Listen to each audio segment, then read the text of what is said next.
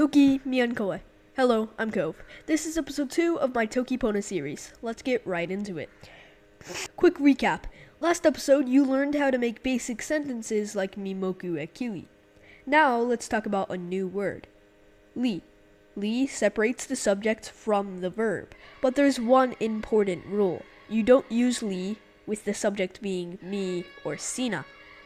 So you would say something like mi moku or sina moku, but if the subject was ona, you would say ona li moku. Let's look at another example.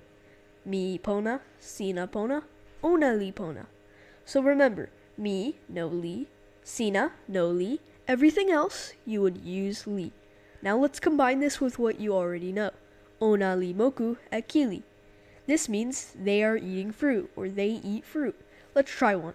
How would you say they are eating food? Nice. Ona li moku at moku.